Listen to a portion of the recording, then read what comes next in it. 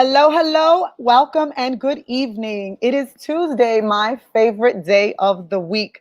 I love Tuesdays because Tuesdays I get to speak with some powerful individuals. Every week we bring you to the screen individuals who give us not only important information, but many times people who have dealt with the same type of domestic violence that the rest of us have. The craziness is you never realize how many people go through it. Now, what we've noticed is in many of our shows, we focus on heterosexuals, we focus on women, we focus on men, but we never focus on the LGBTQ community. So this evening, that is exactly what we are focusing on because that is a very, very important community that we should be as well shining some light on. As always, before we do shows, with the help of others, we do some research so that we can figure out how our shows will go. As I was sitting back last night and looking through lots of research, it was just so disheartening to see the numbers of domestic violence among the LGBTQ community. It's just disheartening altogether. If you know me, you know my passion for domestic violence. You know how difficult it is for me. You know I'm a crybaby, cry all the time. So I'm sure that it'll happen again tonight because I cry all the time. But I do so because I do this with a passion. I do this because it's very important to me. So let's do as we always do. Let's recap. The last time you saw me on the screen was last Thursday. Our typical Tuesdays happen, but Thursday was a special edition. I had my amazing women joining me who started this organization with me almost 2 years ago on October 18th. And we did the domestic violence kickoff. If you have not seen it, visit our YouTube page, visit our Facebook page, and you can go back and see that episode because it was amazing. We talked about how important it is for people to think about domestic violence during this month and stand together in solidarity so that we can show others that domestic violence is not okay. So tonight I have some amazing gentlemen with me. I have a gentleman from Florida, Orlando, Florida. We're jealous, ¿verdad? Because here in Philadelphia, ya se está poniendo frío, allá con el calor. So we are super jealous of Joshua. He has a new friend too. Love Shouldn't Hurt. We want to thank Zoe for bringing him on. She is another supporter of domestic violence awareness with us and Love Should Not Hurt. So we want to thank Zoe for helping us find Mr. Joseph. I'm super excited to have him on the screen. We also have from Philadelphia, Karlos Nunez, who is a good friend of mine. Funny thing, true story. He thought I hated him. Hilarious. I'm sure he'll tell you about that later. Karlos is amazing. He is an entrepreneur in Philadelphia doing some amazing things. And they are both in the green room watching and ready to go. So I'm going to bring these two fabulous gentlemen on so we can get to our topic. But before I do so, the importance of the beginning of every single show. If you are living through domestic violence or you feel you are dealing with domestic violence with the person that you were in your home with, make sure you reach out to the National Domestic Violence Hotline at 1-800-799-7233. You can also reach us at www.loveshouldnothurt.com. Send us a message and we will return that message as soon as we can. If we cannot find the resources to help you, we will make sure that someone we're connected to does so. So let me bring them on so you can see these fine gentlemen. Karlos Nunez, welcome tonight. How are you, sir? Good evening, good evening. I'm well. Here Good. Are you waiting excited to be here? for dinner. Dinner is Oh, getting done as we speak. am I keeping you from dinner? You are, but I'm kidding. No, I love it. Como No, I'm glad. después, como después. Como después, está bien. That's what I always do. Listen, thank you for being here tonight. I'm super excited to have you on. I know you have plenty of people who want to hear what you have to say tonight. Let us welcome Joshua on. Hello, sir. ¿Cómo estás? Muy bien. Hi, hi, hi, everyone. I'm so excited to be here. We're so excited to have you. Thank you for accepting the invitation to come and share this evening with us. Yes. So I told people a little bit about you, but how about one by one, you guys tell us about yourself so that the people watching know who they're talking to. So Joshua, you go first, and then Karlos, you go right after him. Let us know who you guys are. Perfect. So, as you said, I'm Joshua Torres. I'm Puerto Rican, raised on the island, and I moved to Florida in 2016. I'm a clinical social worker. And right now, I'm a full-time faculty, so I'm teaching social work at Ana G. Mendez University. Since I graduated and before that, I've always been very involved in the LGBTQ community. And just knowing that little things that we do make a big difference in people's lives. Additionally, working with different clienteles, I've worked with domestic violence within straight couples and, of course, within the LGBTQ community. So I was just very excited to hear about this powwow, and I'm just, happy to be here. Thank you so much. Carlos, let us know about you, sir. Hey everyone, my name is Karlos Nunez. I'm Carlos with a K. My birthday is tomorrow, Woo! so I'm super excited for that. I turned 36. I have my bachelor's in business operations management. I'm 2 classes shy from obtaining my master's in public health administration. I also work for the government. It's going to be 3 years this March, so I'm so excited about that. I help and assist veterans with their benefits. I also sell Monet, which is natural plant-based products, skincare, and hair care. As you can see, my hair is full of hair. My head is full of hair. So yeah, so that. Joshua, ¿qué pasó? College was too hard for me. That's about it. Just left. So I already see we're going to have a good time with you guys tonight. I'm so excited to have you both here. It's ridiculous that I have you guys on the screen, but I brought you on because I thought that today's topic is something that's super, super important to highlight.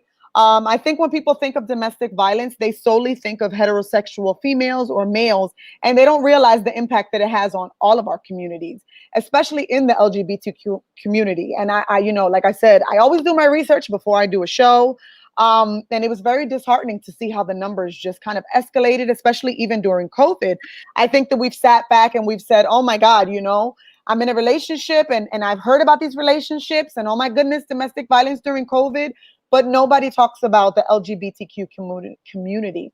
So I thought it was super duper important to have you guys on. Carlos was a little apprehensive at the beginning with the topic, not because he didn't want to, but he thought that maybe someone with more experience should come. But Carlos is someone who is super known in the community, and he's also someone who has a very big voice. And I don't say that in a smart way. I say that as in he stands up for what he believes. People know him for that. He's super outspoken, and I thought he would be an amazing person to be on the screen and join us tonight. Why not? Joshua, you're doing a lot of great work from what I hear. So I just think we have an amazing panel tonight. So again, thank you both for being here tonight. Vamos a gozar un poquito, okay? Yes. So before we get into that, so let's just talk about how you guys feel, not even personal experience. How do you feel about domestic violence in general? And if you're speaking in the LGBTQ community sense, what do you feel about that? Whoever wants to jump in first. I think it's sad that we don't have enough information. Let's start there, right? The majority of everything that we know in relation to domestic violence is related to studies, right, that have been done to heterosexual couples, right? And then we take that data and we try to apply it to the LGBTQ community, but then we know, well, it's not the same, right? So very few studies are existing as of right now in relation to the data. So I think it's very sad that we don't have a full spectrum of information in relation to domestic violence when it comes to our community. And the other thing is the intersectionality of it, right? And it's sad because when we think about the LGBTQ plus community, lots of people automatically think gay, white, male, right? But the LGBTQ stands for, of course, the whole spectrum: lesbian, gay, bi, trans. And the data that we do have is that, of course, transgender individuals suffer more domestic violence than, of course, gay men. Lesbians are going to suffer more domestic violence than gay men. Bisexuals suffer more violence out of gay and lesbians, right? So it's just very, very disheartening. And at the same time, we're so disconnected and it gets hard for us as a community to tackle these situations. So that's just like the whole kind of the spectrum of what's going on and how I feel it. And we just have to start educating people and having these types of conversations to know that, there's more of us, and that's without even bringing race into the conversation, right? So it's just a whole spectrum. Right. Karlos, Absolutely. I'm in agreement with everything that Joshua just said. It's extremely disheartening. One thing I wanted to say that when people think of domestic violence, they automatically think of a male hitting a female, but it's not even like that because as Joshua mentioned, you have lesbians, obviously, women with women, and then you have your gays, men with men. So it's like when men get angry, they automatically assume that it's just men, but when in reality, women can also be domestic abusers, just like men can.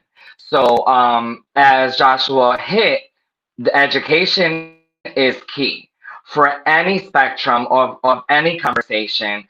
The education is needed. I always felt that this needs to be there should be a class on domestic violence and how to prohibit or not accept it in schools, especially for the youth, because I feel like as a teenager they see domestic violence in every single movie you can think of. When it's action, you see it. Marvel, you see it. You see men hitting women. At the end of the day, we know that it's a cartoon or it's comics or whatever you want to call it, but it's still domestic violence because they're going to think that that's okay. Yeah. So that's my feelings when it comes to domestic violence, because it doesn't matter who you love, okay? Love shouldn't hurt. Right.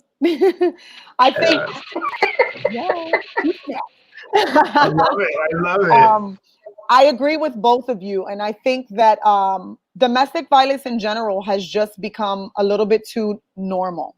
It's become part of the norm, which is a discussion that we recently had, a few of my friends and myself, because it's become something that even not just now, and it stems from the past. And that's why a lot of our abuelas y tías y familia nunca hablaron sobre eso, because to them era normal. O tu abuelo me daba, eso es normal, o ¿qué tú hiciste? Está bien. It's normalized so much that when it happens in films and movies, no one reacts to it. No one sees it and is like, oh my God, he just hit her. They just like this, just watching the movie because it's so normal for folks.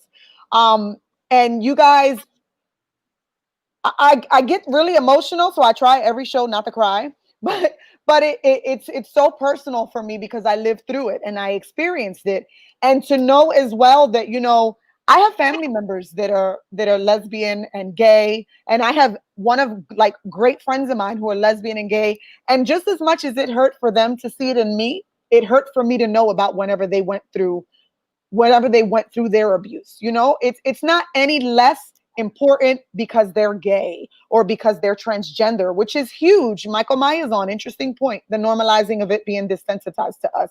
Her and I had a discussion about it yesterday, and Joshua, you brought up very good points when we were looking at the research because she was helping me. A lot of those were the major groups: bisexual, transgender, and when you think about it, of course you're going to think they're the bigger groups, and they are the bigger groups because transgender, someone going from this to that. So they're going from a female to a male or a male to a female. So the abuse for people, it's like, I can't believe they did that. So the abuse is worse. Bisexual, because you can't understand what you want to be. You don't know what you want to be. You can't get it together, and it's a shame because Zulma said it in our film, love is love, regardless of who you love, why you love them, or whatever your reason is. Love is love. And it hurts whether it's in the LGBTQ community or the heterosexual community. Yep. I have a video that I'm going to play for everyone. A lot of my research yesterday pointed towards his point and why he was abused and why he kept it and why he couldn't let it out. I want us to talk about it after because I think it was a really, really important point. So I want to play the video so folks can kind of get another idea of domestic violence in this community. I met Darren in a bar about 8 months ago. It was really weird that he was so comfortable with being gay, with his sexuality. It was really admirable. And then we soon became a couple, and that was nice. It was really nice, you know. Apart from him being a secret from my family and friends, then something changed, and he started putting pressure on me to come out, and I couldn't, and then he started to get pretty violent. He was really violent and nasty, and he'd push me and hit me, and I'd go home and I'd have cuts and bruises, and I wouldn't be able to explain them, and then he started saying that he was going to tell my family and friends that I was gay and that I had HIV, and I didn't really know what to do. I couldn't tell anyone, because then I'd have to tell them I was gay, and I didn't think it was abuse, because we're both blokes, and surely I should be able to fight him off if he's hitting me, but it was just so intense, and I thought that maybe I deserved it for being gay, and I was so alone. There was no one to talk to.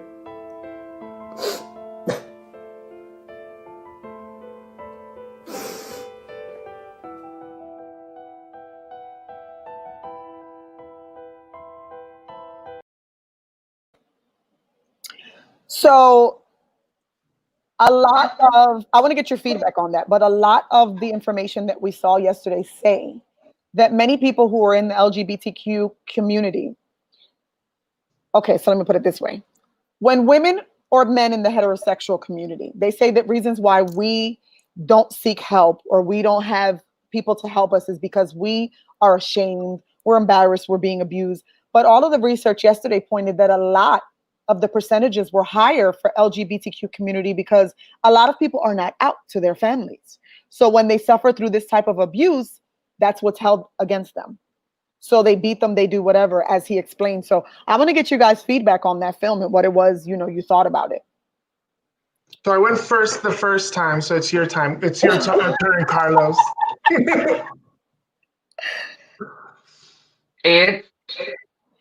I'll keep using the word disheartening. It's so sad to me. And I always say that I'm so blessed. And like Christina had mentioned, I was hesitant to join today because when she told me the topic, I sat and I thought, and I'm like, I've never gone through something like that. The relationships that I've been in have been amazing, and when they ended, it ended on good terms. It didn't end because of cheating or hitting or domestic violence. It didn't end in that manner. When I came out to my family, it was nothing but hugs, happiness, kisses, bendiciones, etc. So I can't sit here and relate to that video, but it troubles me because there's people that I do know that have suffered domestic violence, whether LGBTQ or straight. So, like anybody that loves anyone, and that could be your child that's on that other screen crying or calling the 1-800 number asking for help. You never know. So I don't know what else to say when it comes to that other than it's just sad. Like Christina mentioned, yo soy duro. Like I never allowed anyone to disrespect me or I don't know. I'm cut from a different thread. So I don't even know. Joshua, I'm gonna let you answer this one. Well, it's very sad. I remember going to Spain for a student trip, right? I was probably 18 or 19 years old. And I remember I met this Spaniard. His name was Francisco. I still remember his name, Francisco. And to make a long story short, I was so closeted, at least to my family, and we were going to cross the street, and he grabbed my hand, right? I freaked out in public because I'm just like, you can't hold my hand in public, right? And he started laughing, and he said, this is Spain. This isn't Puerto Rico. No, he said, this is Madrid. This is Madrid. This isn't Puerto Rico. And to me, for some reason, that blew my mind. When I come back to Puerto Rico, I said, you know what? I'm not going to live in the closet anymore. I am what I am, and if in other parts in the world they can do it openly without being troubled about it, then I can do it too. So that was a big step for me, coming out of the closet. And that taught me that every experience of coming out is different for everyone, right? Carlos shared with us right now his beautiful experience of coming out and having his family support him and bless him in the process, right? And not everyone has that process. I didn't have that process, right? Thankfully, my parents were smart enough not to kick me out of the house, but it was a process, right? Of not accepting and being, this is a stage at 22, 18, 19 years old, until now where they love my partner. They call him, when are you guys coming to visit us? So, it's been a process, and I'm blessed in that way. And then you have other people that simply, the family never gets on board, and it's sad, it is what it is.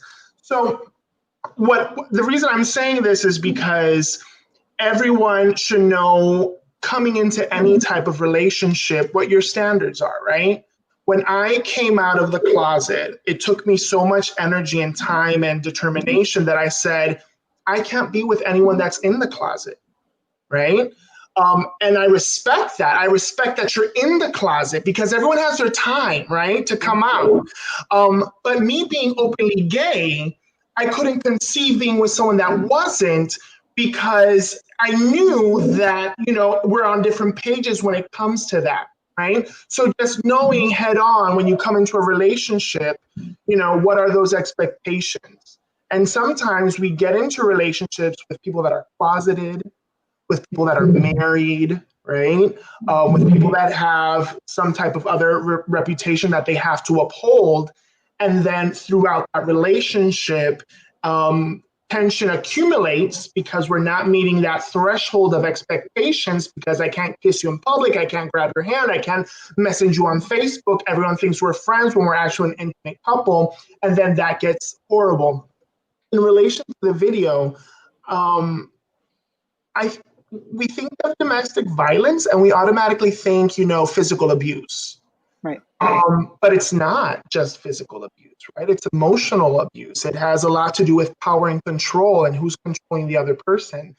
And the verbal abuse, and the emotional abuse, the psychological abuse.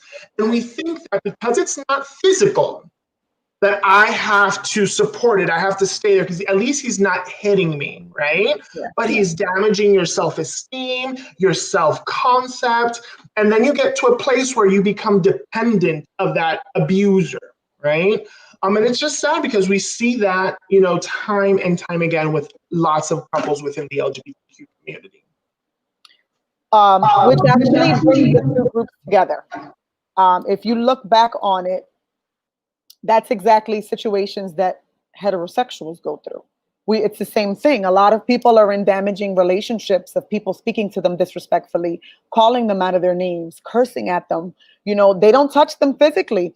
I spoke with a woman today who said, I'm never domestic violence, and she told me her story. Her story was not physical at all.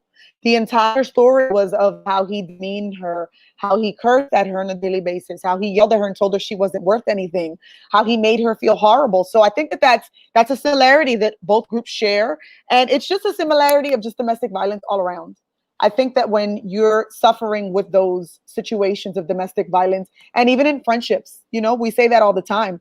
Carlos pointed out to me that not that he didn't want to be on the show. I want to make that clear. My boy was ready, but he wasn't sure about the topic because he's never been abused. But he did state that where he was not abused, and it's leading me into my next question, because my question was, when you guys came out, how it was. So you both answered that question already. So what's leading, second portion of that is, Carlos said he was never abused by his family when he came out. They were not nasty to him, but he said he was abused in public by not only females, but males who would see him and disrespect him.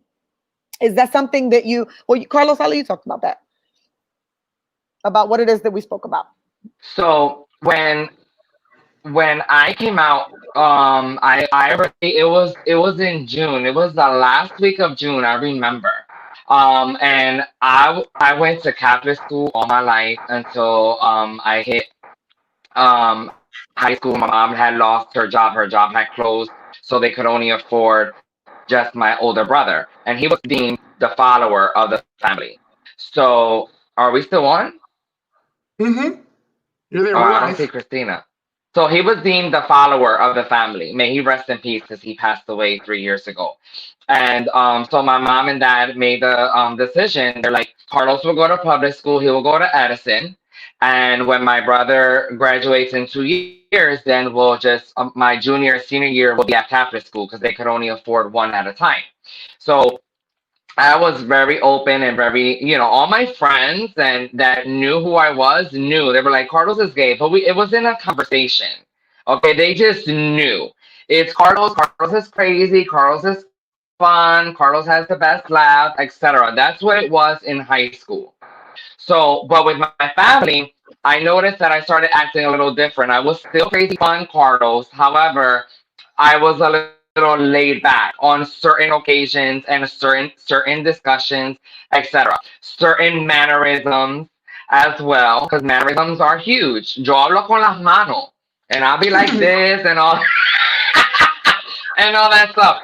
But back to when I had came out, I did it through AOL. Okay, we all know AOL. So my mom and dad, my mom was I was upstairs and in my friend's house. Okay, and I'm on AOL Instant Messenger, and my mom is on. So I'm like, Mom, I have to tell you something. And she's like, Oh my God, ¿qué pasó? And I'm like, Go get Papi. And she's like, Pero ¿qué pasó? And of course, I gotta wait like 10, 15 seconds because my mom typed like this.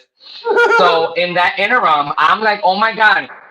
So I flat out and I completely said, I was like, Mama and Papi. I wrote it in Spanish. I was like, le quiero decir a ustedes que soy homosexual. I didn't like the word papo. I still don't. You know what I mean? There's certain words that it just makes me cringe. So I said soy homosexual and stuff like that, and it was just my father. I don't know his initial reaction when it came to his facial expression, but when I got home, the first thing that my father did was give me a hug, like really, really tight. That I'm like crying, like I'm getting emotional. And my mom was just looking at my mom as well, and my father says, "Eso no está escrito en la Biblia, pero eres mi hijo y seguiré siendo mi hijo hasta el final." So when he said that to me, I was like, "Where's my gay flag?" Because I felt like all this pressure was liberated. So I was very open, but I never disrespected their home. I've never had a guy come into the house. I never had a sleepover. I never, never, never did anything until I moved out. Um, so where was I going? So one thing about my dad that I made sure that my dad actually changed his vocabulary. Because as a strong Puerto Rican male, you know que todo es maricón this, maricón that. And that's another word that makes me cringe, but I'm using it as an example. In Puerto Rico, they always say that. And in English, you have people that like, oh, that's that gay stuff, or oh, that's gay, meaning that's stupid. And I had to correct. And I don't know if I'm going off topic, but it's all coming together. I had to correct some family members, like my cousins, and sometimes even friends, when they would use the word gay as meaning stupid. Like, oh, that's gay. I don't like that. And I'm like, excuse me? Why couldn't you just say that's stupid? Like, why are you using the word gay to mean something so negative? Like, we need to reevaluate that and come up with another choice word. And they're like, oh my God, I'm so sorry. They never thought about it that way. And this is where and this is what Joshua mentioned earlier, like educating. Sometimes we have to educate our loved ones because they use terminology that is okay when everyone else does, but it's not okay. Okay, so I had like the word maricon. Like I had to one time I heard I never heard my father say it ever again. You know what I mean? If somebody will cut him off in traffic, "Ay, cabrón, maricón," and I'm like, yo, never again, because of the fact that my father, I would come home sometimes, and even though I wasn't domestic violence, there was no domestic violence or things like that, but me just walking to la bodega and getting called un pato, or by these older men driving down the street or at a stop sign, ay, ese coge por el culo, and stuff like that. Like, that was like, I was taken back because I've never gotten spoken to like that. But you come across these guys that if you have a little movimiento on your hip, all of a sudden, eres pato. If you dance salsa, eres pato.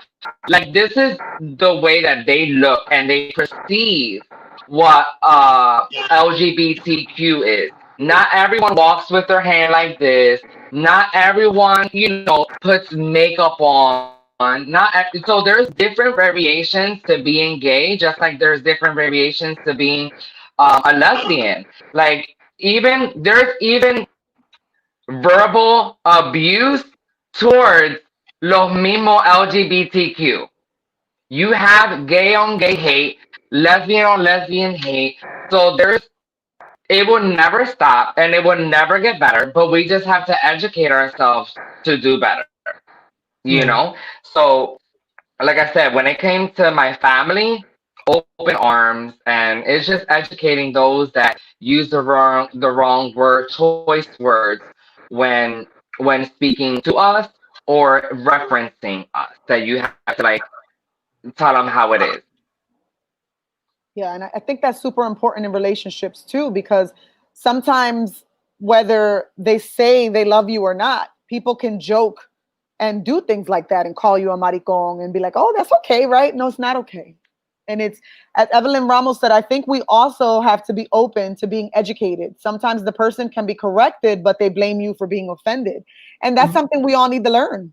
You have to be Yes. okay with someone saying, "Don't call me a maricón," and not be like, "I, you're so sensitive." No, I'm offended by the way that you've said that to me. I don't associate with that name, so don't use it when you're speaking to me and don't use it around me.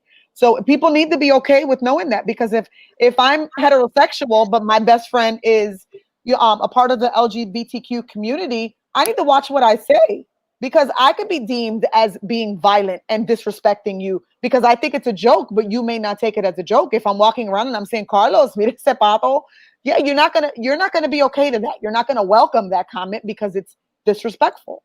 Joshua, I'm sorry. What were you gonna say?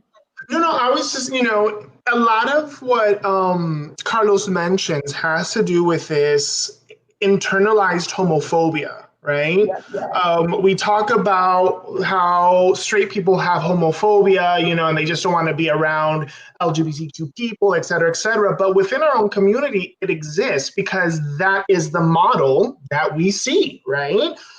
The majority of all of us have come from heterosexual parents, independently if they were together or not, but that's the model we see. Our friends had, heterosexual parents, the majority of all of them. So we are taught what relationships are supposed to look like. We're taught how a man, especially in the Hispanic community, how a man is supposed to portray himself, how a woman is supposed to portray herself. So when people don't act according to those establishments, then it's weird, it's crazy, it's not okay, it's not normal, it's not healthy, right? And that's why the LGBTQ community is going to get, all that backlash. But because we have internalized it so much as people, we discriminate and we're prejudiced against people in our community that are different, right? Mhm. Like we'll go, ay, ella es muy loca para mí. Yo soy gay, pero no soy loca. What? What? Like, that is something that's my pet peeve. Like, in a straight world, independently how macho you talk or act, if you like a guy, you're a loca. It has nothing to do with how you move your hands or not. So, and, then it goes back to, oh, I'm gay, but I don't want to be a woman, right? And then what are we doing? We're prejudicing against the trans community. We don't want to be associated with them because I've worked so hard to say that I'm a man independently that I like, men, that I don't want to be associated with that And that all comes down to that internalized homophobia, which is killing our community, right? And not letting us continue to advance in a more progressive and a more faster way. You know, each experience is different. You know, I was raised in church.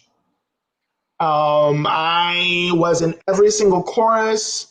I was in every single committee. I was in, you know, I was a president, vice president, youth committees, all that type of stuff. So looking back, I say, if you didn't know I was gay, you were blind. But, you know, it's still a process where you have to come out. And, you know, I remember my dad is the one that confronted me. And he's, you know, he asked me, and he's used that word. He said, "Tú eres maricón." And I remember I was sitting on the floor, right? And as he was talking to me, I sit on the bed, and I was so scared. My dad is a big man, right? So I was so scared, and I said, "No, Dad, I'm bisexual." Because I thought, you know, saying bi, that could probably alleviate a little bit, you know, the situation. And thankfully, my dad didn't hit me or anything. You know, he didn't physically assault me.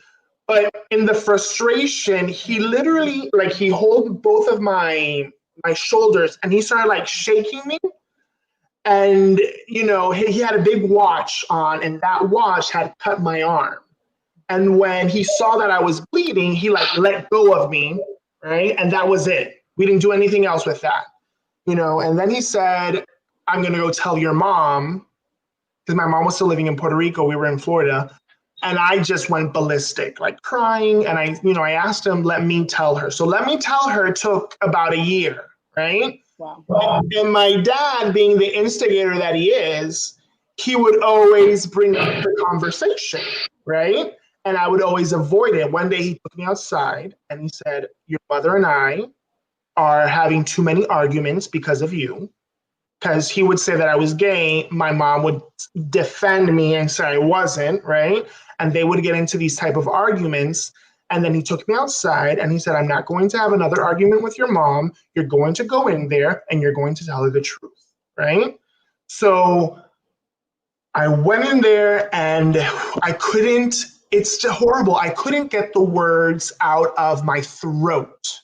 Like, I felt so much pressure, right? Just, you know, coming out. And finally, when it all came out and I said what I had to say, my mom started crying. You know, she said that it was a phase.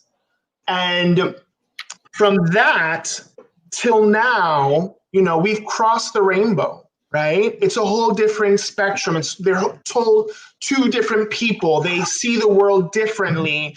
You know, it's beautiful what we have now, but it was a process, right? And sometimes when it comes within families, I know that we want, as you know, as people, we want change and we want people to accept us like now. But we have to know that everything's a process and it takes time for people to come to their terms and say, "You know what, independently of what, he's my son, he's my daughter." So in that experience, I want to bring us back to that. In that experience with your father shaking you and you getting cut, and then afterwards, just, you know, him blaming you for their arguments and stuff. Looking back on that now, do you feel like mentally that did something for you? Like, did you, like, after your father constantly was like, "You're the reason why we're fighting. You're the reason why we're going through this." Did that mentally handicap you, like, for the moment? Did you think about it constantly? Was it something that bothered you? Do you think it hindered you from wanting to even tell people that you were When I look back at it, honestly, I have to say no, but I know that it could. okay? I know that it could have. But because of my personality, right, and who I am, I guess I'm just a resilient person. Okay. I saw it as something that was expected. And I was just grateful that I was not kicked out of my house, right? Because I knew people that had been kicked out of their houses, right, for coming out. And I was studying at the time. I was doing my bachelor's degree, and I'm just like, I cannot live on the streets. Like, I have nowhere to go. So thankfully that never happened. And at the same time, the words that my dad said, and I took them to heart, is that he said, after everything was said and done, he told me, "If this is the life you choose," right? Which, of course, that's not correct, but that's what he said. He said, If this is the life you choose, then know that you have to work harder to get where you want to go in life. And like a whole light bulb went out, right? And I said, he's right. You know, everyone's going to look at me and say, oh, that's the gay kid, right? He's the one that's living in sin. Mind you, I was raised in church. So I knew from that moment on, and I thank my dad for those words, from that moment on, I knew that whatever I wanted to do in life, I had to be the best. I had to get to the top. I couldn't settle for less. And those words have brought me to where I am now, right? And I'm very grateful for those words. Was the process rocky? Yes, it was rocky. But more than impeding me from progressing, it actually pushed me to go to where I wanted to go, right? And again, you know, I love my parents. They love me.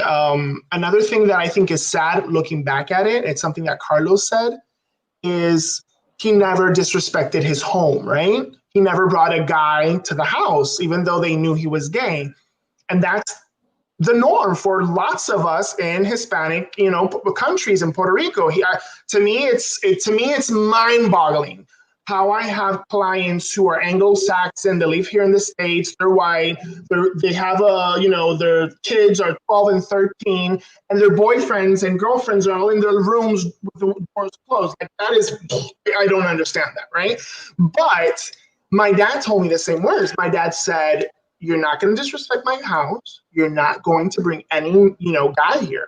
And again, I respected his house. I didn't do it.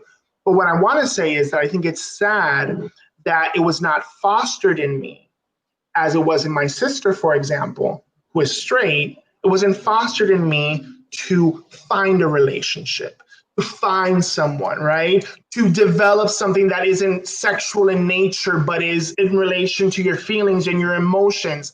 That wasn't fostered in me, right? Because I couldn't disrespect my house. So that would force me to go where? That would force me to go to the club. That would force me to go somewhere else, my friend's house, probably not doing everything, according to the book.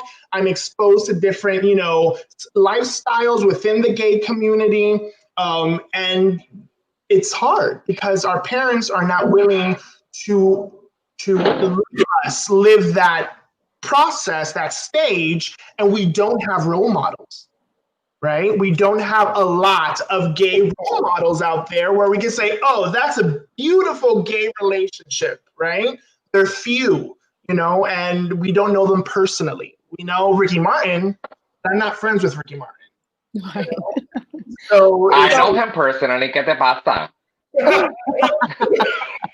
So, for people who are watching and probably thinking, what does domestic violence have to do with this?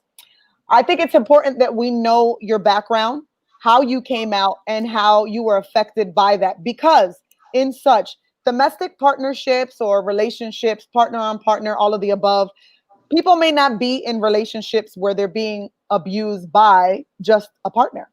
I've had people reach out to me who have asked me, do you have anyone who has help or lawyers who can help me?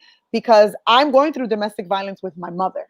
And people say, what do you mean? Well, this woman pretty much talked down to her daughter every day. You're a whore. You're a piece of shit. You're not worth anything. You should just kill yourself already. So people need to know the importance of this as well, especially when you're coming out in this community, because that's not the easiest thing to do. And it is super easy, especially if you're in a Hispanic community, to be abused by your family. Because if you have parents that are machismo, fathers, who are like, no, mi hijo, no puede ser. It's super easy for them to switch to that loving parent to bam, that abusive parent who now is calling you a maricon or a pato every day and forgetting about how much that's affecting you for your future and why you don't want to come out. I want to look at some of the comments because people have put like a lot of comments, but they're long. So I don't want to put them on the screen because they're gonna crowd your face. So Cynthia Q. Cruz responded, I had a good friend who left her husband to live her truth and be with a woman. The woman then abused her so much she suffered in silence, mainly because she was worried that people would say, well, that's what you get for leaving your husband. She is thankfully not in the relationship anymore and openly discussing her being a survivor. So that video hit home. I think that that's something that's really important too. I follow a woman on TikTok who actually, because she was afraid to come out to her family, was in two relationships with males. Both times, super, super hurt, miserable, unhappy. And then she was in, finally telling her truth, she was in a relationship with women and she went through domestic violence. The woman beat her, put her through it. So I think that that's super important for us to know too, because sometimes people decide I am going to leave my truth and it's not any better than the situation they were in. Charlotte says, when the fear of rejection is lived with every single moment, you could become prey to someone who wants to feel dominant and in control. Yeah. And it's very interesting that they mentioned that because, and that's the hard thing about the LGBTQ community, right? When you get kicked out of your house because you're gay, right? You have to find somewhere to sleep. And you're trying to find someone that you can depend on. Regretfully, you might find someone who's an abuser, who is going to put you in a deeper situation of codependence where you're going to have to depend on him or her to what? To live. So that's why it's higher domestic violence within the gay community, because there's so much codependence within people within the community because we have nowhere else to go because we've been, thrown out of our houses. So it's just very scary. And that's what I tell people. And of course, before you think or really get into any type of relationship, independently if you're straight or you're gay, make sure that you're stable, right? Make sure that you have your own source of income. Make sure that you have your car. Make sure that you are able to pay your bills, right? Make sure that you are emotionally stable. And when you are emotionally stable and financially stable and you're able to stand on your 2 feet, I promise you that when you start engaging with someone else in an intimate relationship, it's going to be beautiful. But if we're all codependent from each other, then that's when it starts to get ugly. Yeah. So we are 47 minutes in, and I could talk forever. It doesn't matter to me.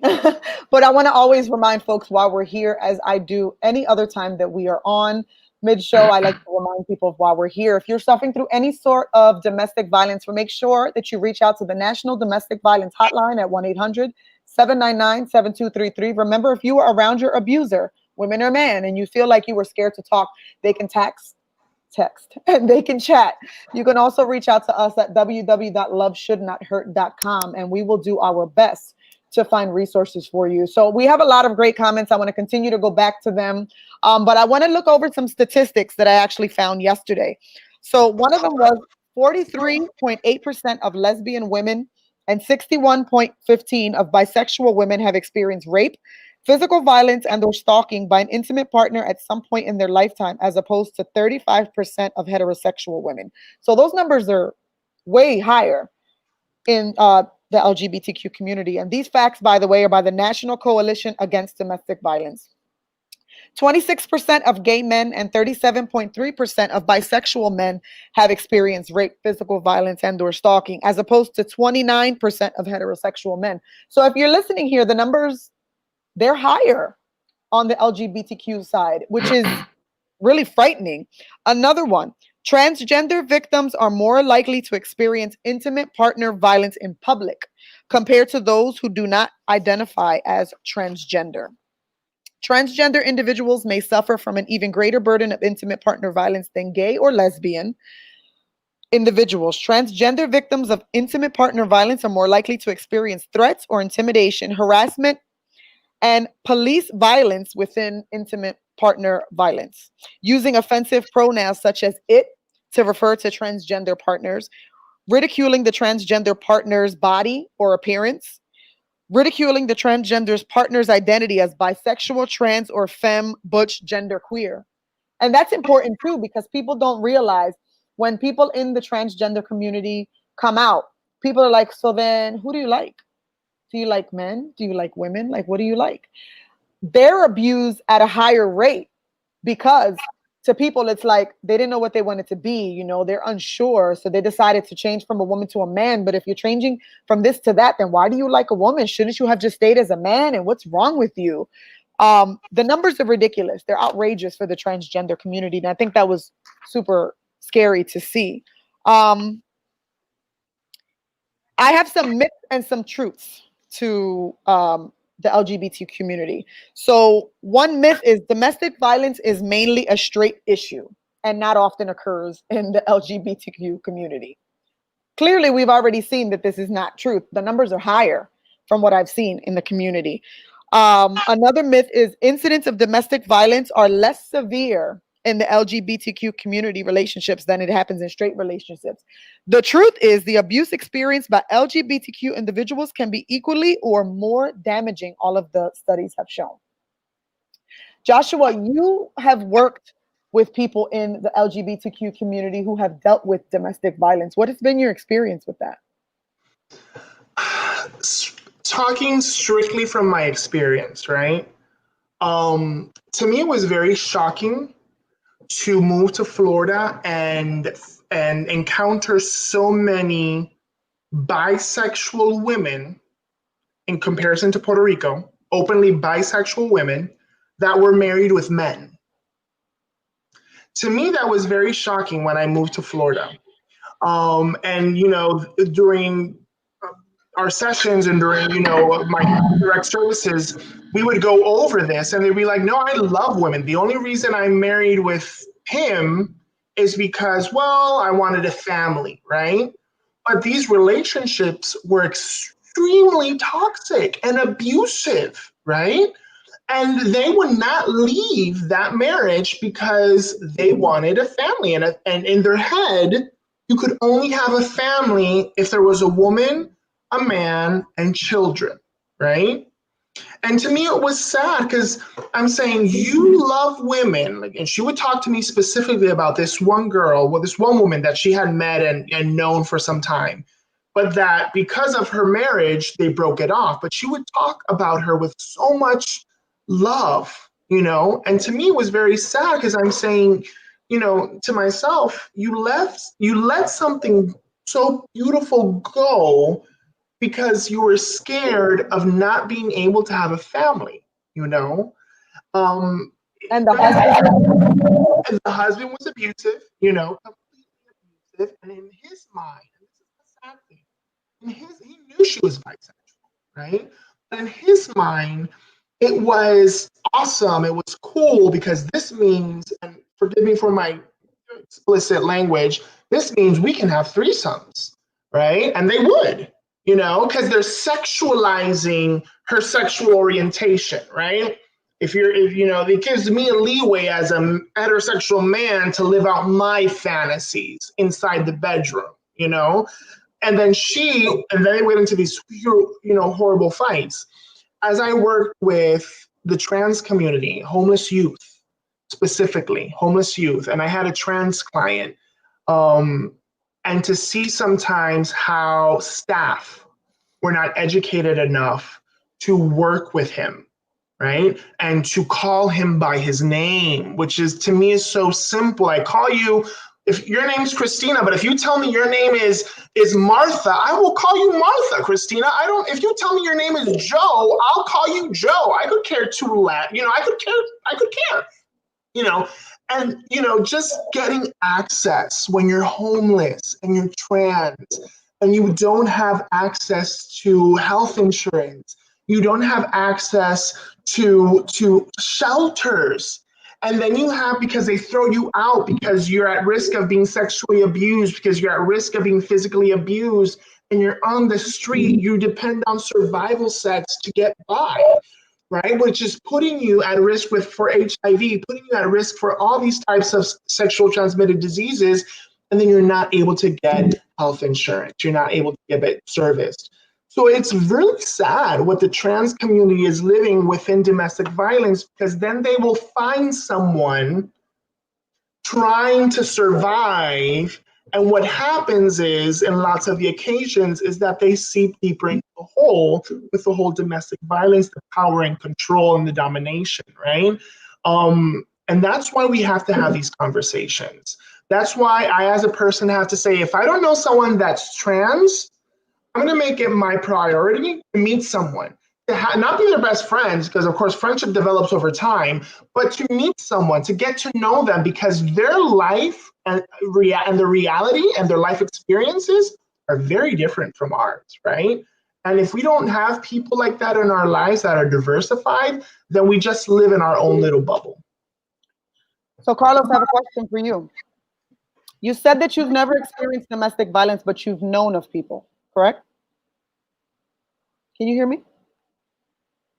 Okay. So Correct. you said that you've known of people who've gone through it. So being a friend and seeing them in that community, in your community, lesbian, gay, straight, what was it was man on man or female on female?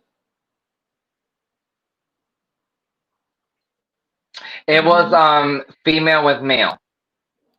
Okay, so it wasn't within the lesbian, gay, it wasn't in LGBTQ. No. Okay.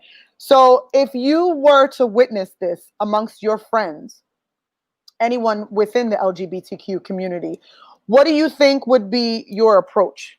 Since you are a gay male, what would be your approach? Because I know what a heterosexual, woman would say, like, oh my God, she's going through it. I'm gonna call so and so, or they say that it's, taboo to talk about domestic violence, and you can't talk about it. You being a gay male, what would be your response if one of your friends within the LGBTQ community is going through domestic violence?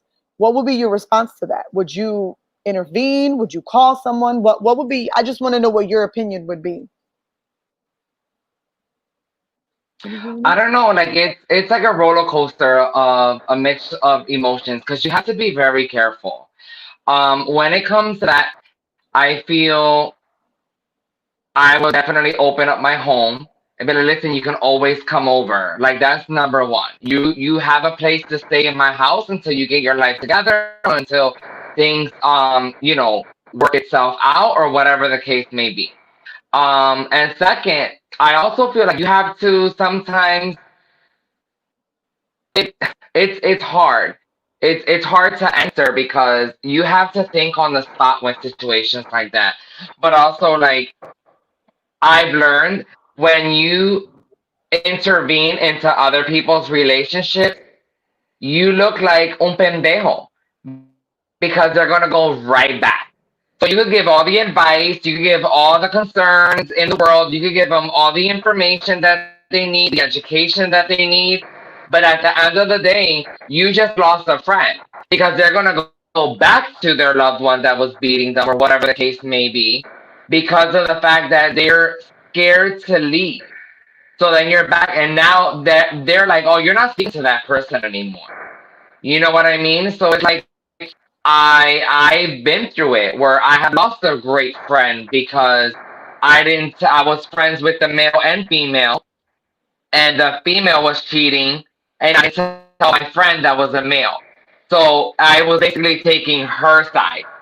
So at the end of the day, it's like once you're stuck in the middle, it's a hard place to be at. Like my cousin is an abuser, and he's in prison, and he was abusing a person that is like my best friend. She's like a sister, and who do you pick? You don't pick.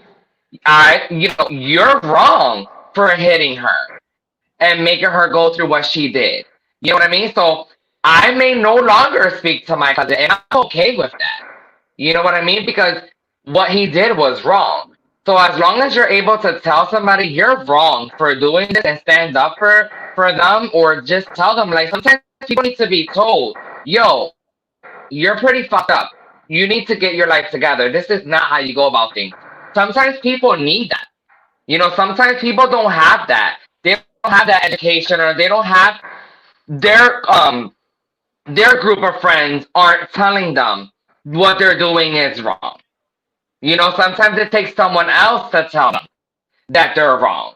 So it's like, again, I'll go back and I'll say it really depends on the situation and how close you are to that person. Because they could also turn against you and be like, mind your business. Yeah. Even though you witnessed it. So it's hard. It's hard. I'd like to add to that. I know we're going on the hour, but I would like to add to that yes, it is a cycle, right? Domestic violence is a cycle, right? We have the abuse, right? Then we go to the phase where now we're all getting all lovey-dovey again. Then of course there's accumulation of tension, and then we explode again into the domestic violence, right? And at the end of the day, and this is something that I've learned with, intervention and practice and all this type of stuff, is that at the end of the day, independently of what's going on, domestic violence, financial issues, whatever it is, as an outsider, I can't tell people what to do, right? I can't tell that lesbian woman to leave her partner. I cannot tell that straight woman to leave her partner because they have to make their own determinations, right? What I can do, and this is what I would recommend to anyone that's listening to us that knows of someone that's in a domestic violence relationship, is that you create some type of safety plan with that person, right? Even though you're not going to tell them, well, I think you should leave, because it's like Carlos says, they're going to make their own determinations. And sometimes they go back to their abuser. We should try not to judge them for doing that, right? But what we can do as friends and as family is create that safety plan. So a safety plan is just having, okay, so you know what? Why don't you start giving me $5 every week? And I'll save them here at my house or in my bank, and they're yours, right? And so when you leave because he just, beats you, then at least you have some money here and you don't have to go back to him for it, right? Yeah. You can also have, like, give me all your essential documents, so like a copy of them, your social security, your birth certificate, right? All those types of stuff, and the documents of if there's children, of the children. So that way, again, if the abused party has to leave at at 3:00 in the morning because she was getting beat, she doesn't have to go back there again to get all that documentation because her friend has it, right? Try to get the person a disposable phone, and you can hold that until they come back. So creating that safety plan is essential for that type of experience. And then again, trying not to tell them what to do, right? Because it's like Carlos says, you're going to get frustrated. You're not going to like what they're going to do. You might end the relationship, right? You might say, I'm not going to participate of this anymore. And that's in our rights to do that. But taking that safety plan and getting all those pieces in place just in case, would be an additional alternative for that person.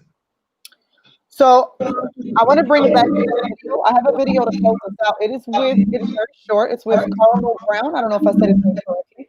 Of Queer Eye for the Straight Guy. He actually was interviewed by People magazine for his book. In his book, he openly discussed how he actually was the abuser at the beginning of his relationships. And he says something that really stood out to me, and I'll let us play it and then we'll get back to that. I think it was when I started talking about first my father being abusive to my mother and then me being abusive to my boyfriends. Because most people would never think that the first 3 boyfriends I had, I was physically abusive to them. I was the abuser. And, domestic violence in the LGBT community is a big problem. I mean, like, it's at a higher rate than straight couples. Not talked about that often. It's not talked about because no one is talking about it. People aren't trained on it. And so it was a little embarrassing for me to admit, yeah, I came from an abusive home. I picked up that nature. I always knew you shouldn't hit a woman, but what do you do when it's 2 men? And the culture teaches you that men can fight. And so I was embarrassed by that. And luckily I got to a place where I knew how to use my words and talk through my emotions. And I talk about how to do that in the book. But I was embarrassed that I was so arrogant and hitting people. And so that was hard, but I've grown through it, and I'm happy that people will know how to grow through it too. So the thing that stood out to me is that he said, for men, men hit back, men hit, they'll fight type of thing. So for him, it was like, I abused, but somebody will hit back. So I saw you both while it was playing, both of you shaking your head. What are each of your thoughts on that video? Carlos, you can go first. Oh, I'm sorry. This is what we're taught. And this is what Oh, you unmuted me. I'm sorry. This is what everyone is taught. Desde chiquito. Oh, pega con este. Oh, he took your cookie, go hit him. Like, this is what I've seen. I've witnessed fathers do that with their kids, mothers doing that with their little boys. This is what they're taught growing up. So I can't even, get mad at him for something that he was taught. We're all raised differently. and this is how he was raised. So I'm glad that he had a change of heart and that he's able to look back and be like, yo, like, I'm glad that I'm not that person anymore. So again, sometimes people need to be told, you're fucked up. Look at what you just did.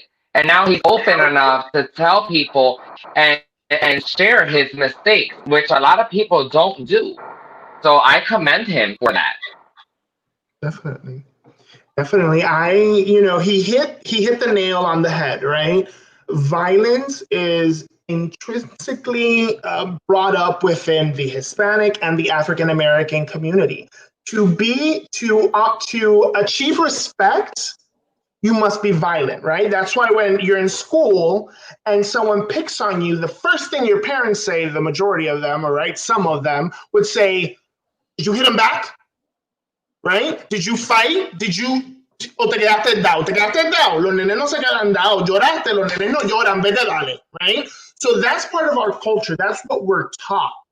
Interestingly, a study done by the University of Puerto Rico correlated that male children that suffered some type of physical abuse in their childhood in their family were more likely to be physically abusive with their partners, right? As an adult.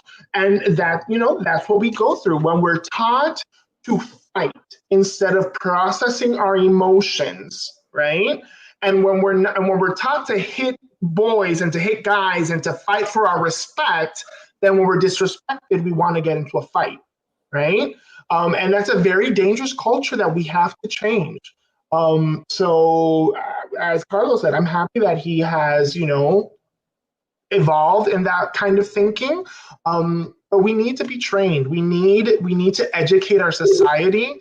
And that's why, and this would be a whole different topic, but that's why gender perspective is, as a model of education, is so essential so that we can move away from these violent models that we've been using throughout our whole life. Definitely.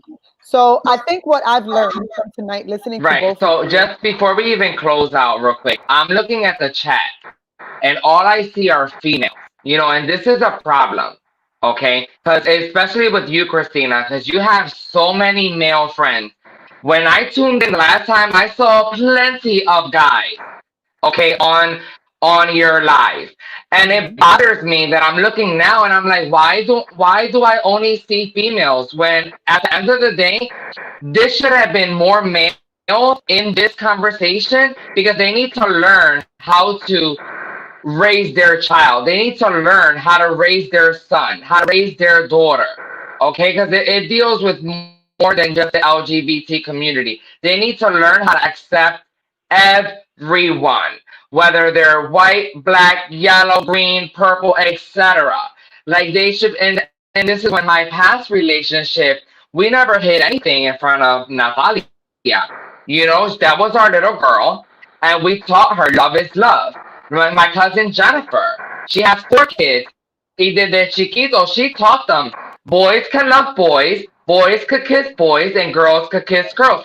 And her kids, they will see it in school, and it will be like nothing. It was never like, oh, that gay boy, nothing like that. So I feel like as a parent, all the parents that are on here, you should be teaching your children that love is love, not tapándole los ojos when there's like a little kissing in a movie. Explain to them what love is, because love is not just male and female. So I wanted to end with that because I feel as though that's extremely important to for anyone watching. You know what I mean? So that they should be educating their own children so that their children aren't abusers in the future. Oh, well, you said it before I would say it. That was what I was going to say, is that I think that it's super important for people to be open-minded about this topic and open-minded because bullying, we say all the time, correlates with domestic violence. And I think that a lot of our kids are raised with just a one-track mind, and we can't control what people think or what their ideals are. But people are raised sometimes with a one-track mind, and a lot of that abuse sometimes stems from that. We're raised in a society where it's girl and boy, and that's it. And if you don't, then that's wrong. And then people get into these relationships. Unfortunately, I've heard of people who have gotten into gay relationships just so that they could abuse that person. So they got into the relationship. They were not gay, but it was their way of doing it so that they could mock that person, ruin that person's life, their image. And that was super, super, super sad for me when I received that inbox, because I was like, I've never would have thought of something like that. That person wanted to abuse that person so much that they acted as if they were gay so that they can get that person to be completely open to them, to be transparent to them. And then every day that he was with him, he beat him up. He threw him into the wall. He made him feel horrible. But that boy stayed with him because he was like, oh my God, but I think he loves me. And he used that as his tool and his weapon to beat on this person, to make this boy believe, oh, I love you. But really, he was raised in a culture, and he was Hispanic, who being with a man was wrong. So this man was like, that's how I was raised. And his sick way of being able to do what he had to do, like Jenny says, narcissist, was to lie to this kid, make him think he loved him, and he beat him every day.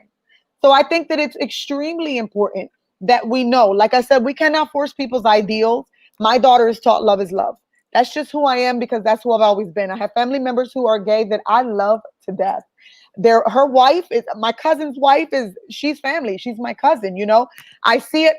It does not bother me, but there's too many people in society that it does. And a lot of that abuse stems from them. We may not be in a relationship, like I said at the beginning, with a partner who abuses us, but we may have a friend who's totally against being gay. You know, imagine yourself in that type of situation where, Carlos, you and I are best friends and I have no idea that you're gay. And I'm around you and I'm constantly saying, oh my God, all these gay ass people, all these patos, as you guys said. And you're like, I didn't even come out to her. Like, how's that going to be if she can't stand gay people? And then when I find out, I'm like, I can't believe you're gay. Like, you're such a pato. I can't believe that's who you are. You're maricón. Those are forms of abuse too. People don't realize that. You don't have to be in a relationship to be abused. You can have loved ones in your life who abuse you just by their thoughts, how they speak to you, and their opinions. So I think it was super duper important to bring this up. And I believe we're going to have a part 2 because I have 2 other guests who wanted to be on tonight who couldn't. But I think domestic violence in the community is super, super important for people to talk about, not just one time. Continue to talk about it because domestic violence happens everywhere in all of our communities, whether we're heterosexual or we're gay. It happens, and it's something that's why my mission began. It needs to be out there. It needs to be said. Domestic violence has to stop, whether I'm a heterosexual, whether I'm gay, I'm trans, whatever it is. We need to learn love is love. We also need to learn respect in general. Respecting people who they are and learning that my hands need to be kept to myself. My words need to be thought about before I release them because they can hurt us no matter what community we're in.